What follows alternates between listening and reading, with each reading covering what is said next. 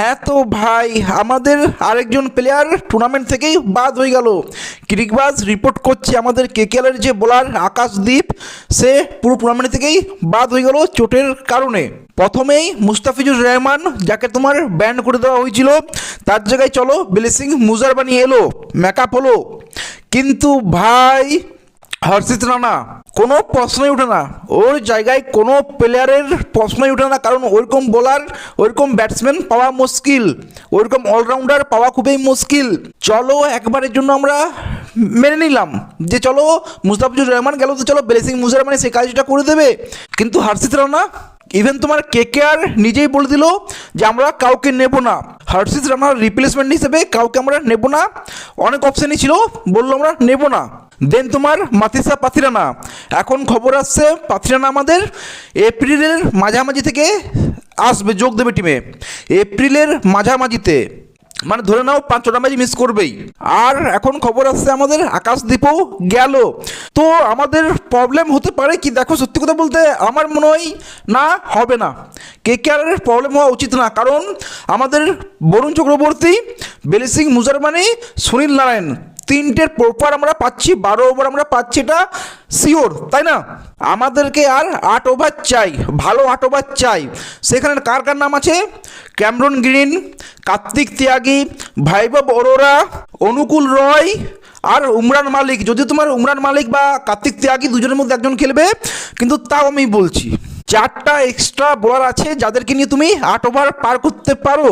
যেমন বৈভব অরোরা, ওকে তুমি 2 ওভার পাওয়ার প্লেতে দিতেই পারো, 2 ওভার তো পাক্কা খুবই ভালো করবে। ইভেন 3 ওভারও পাওয়ার প্লেতে বৈভব অরোরা খুবই ভালো করে দেবে। সো পাওয়ার প্লেতে তুমি বৈভব অরোরাকে ইউজ করতে পারো, ওর 3 ওভার তোমরা এখান থেকে পেয়ে যাচ্ছি। সো 12-3-15 ওভার তো এখানে হয়ে গেল। প্লাস ক্যামরন গ্রিন, ও ভাই 2-3 ওভার দিয়েই দেবে, ও 4 ওভারও মেরে দেবে।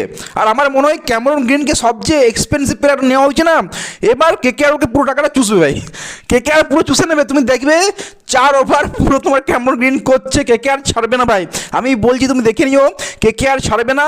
ওই 26 কোটি টাকা না পুরো পকেট থেকে ক্যামরন গ্রিনের বের করে নেবে ভাই, তুমি দেখে নিও, কারণ একের পরে সবাই চোট পাচ্ছে। হ্যাঁ, আকাশ মাদওয়াল আছে, হাসরাঙ্গা আছে, কেকেআর নেবে, আমি ওখানে আসছি না, কেকেআর কাকে নেবে না নেবে আমি আসছি না, ঠিক আছে? এখানে হাসরাঙ্গাকে নুক কি তোমার আকাশ মাদওয়ালকে নুক কি তোমার যাকেই নুক, আমি এখানে এটা নিয়ে আসছি না। আমি 100% শিওর দিয়ে বলছি, বরুণ চক্রবর্তী, ব্লেসিং মুজার মানে, সুনীল নারায়ণ, ক্যামরন গ্রিন আর তোমার বৈভব অরোরা, এই 5 জন মিলে 16 থেকে 18 ওভার মারবেই, 18 ওভার তো মারবেই, ঠিক আছে?